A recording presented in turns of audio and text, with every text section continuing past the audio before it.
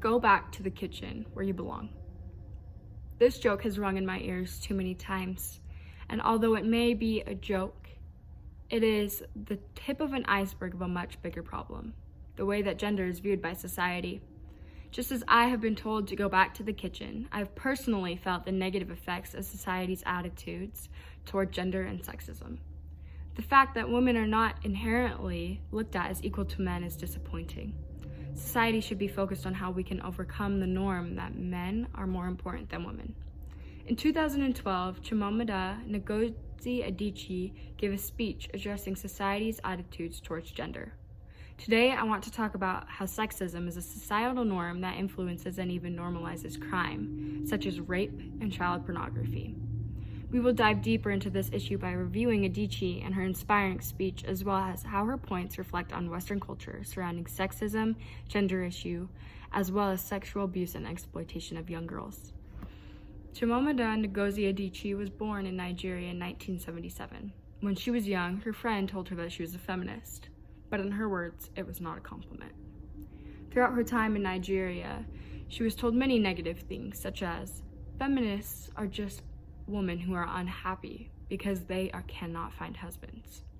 She talks about these interactions and attitudes of gender in an inspirational TED Talk called We Should All Be Feminists in 2012.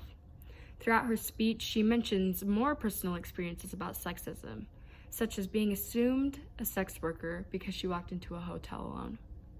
Although it may be easy to say, well, that's in Africa.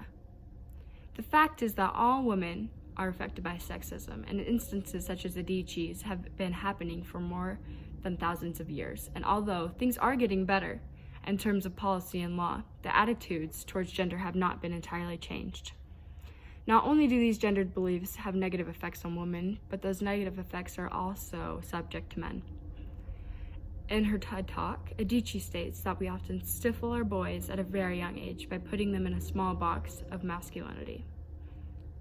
The pressure that is put on boys to be masculine is a product of sexism, and these effects often lead to the mistreatment of women and even children, sometimes leading to the sex abuse of both. This issue is ongoing, and our attitudes and beliefs about gender are the things that can stop it. Although Adichie's view of sexism, society's view on feminism, and gender differences as a child may differ in terms of culture and time, many young girls here in the United States, and especially in Utah, still experience the same reality that Adichie did in her hometown in Nigeria.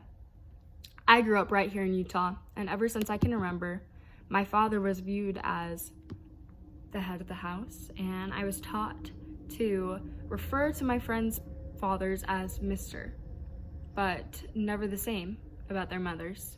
These lessons I were taught were just some examples of how I was conditioned to view men as powerful, important, and even rule the world, but was never taught the same about women.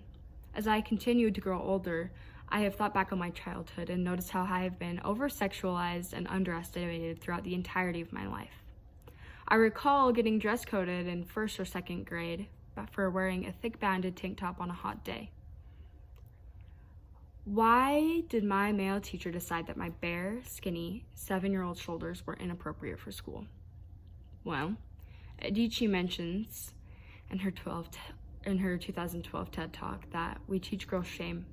Close your legs, cover yourself. We make them feel as by being born female, they are already guilty of something. The normalization of men's sexual view towards women has been magnified onto young girls who don't even know the reasons why they should close their legs or cover up. By allowing this type of attitude towards women and young girls, we are simply allowing men a gateway to commit crimes such as rape or participating in child pornography.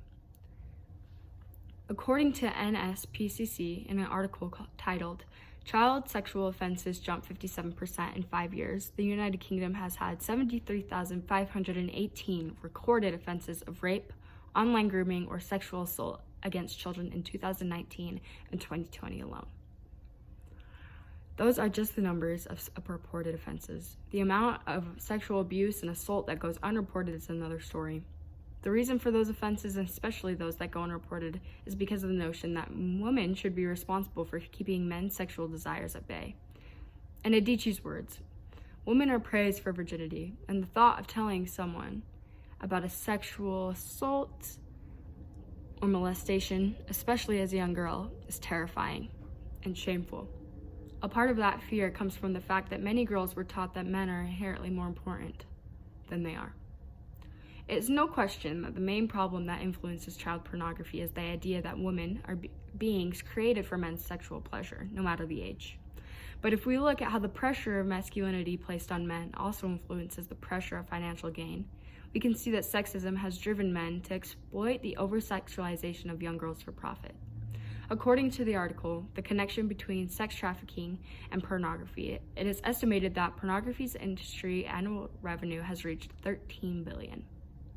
Traffickers can sell sexual photos of women in addition to being forced into prostitution at a great financial gain. The younger the girls, the more expensive the photos, making the underground child pornography industry one of the most lucrative markets for sex traffickers. In 2019, the New York Times said that tech companies reported over 45 million online photos and videos of children being sexually abused, more than double what they had found the previous year. These statistics matter, and if we keep teaching girls to, in the words of Adichie, shrink themselves to make themselves smaller, that they can have ambition but not too much, that they should aim to be successful but not too successful, otherwise they will threaten the man, then we will continue to fertilize the growth of sexism and abuse of women.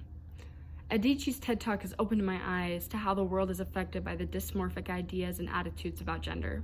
If we raise our children different and follow the advice of Adichie, we will be able to reroute the path that we are currently on. The current path that is spiking with child sex offenses, violence against women, and stifling men into the toxic boxes of masculinity. To change this is to change the world, and if we are able to change the course that we are currently on, we could finally live in a future where the real definition of feminism, the equality of the sexes, is reality.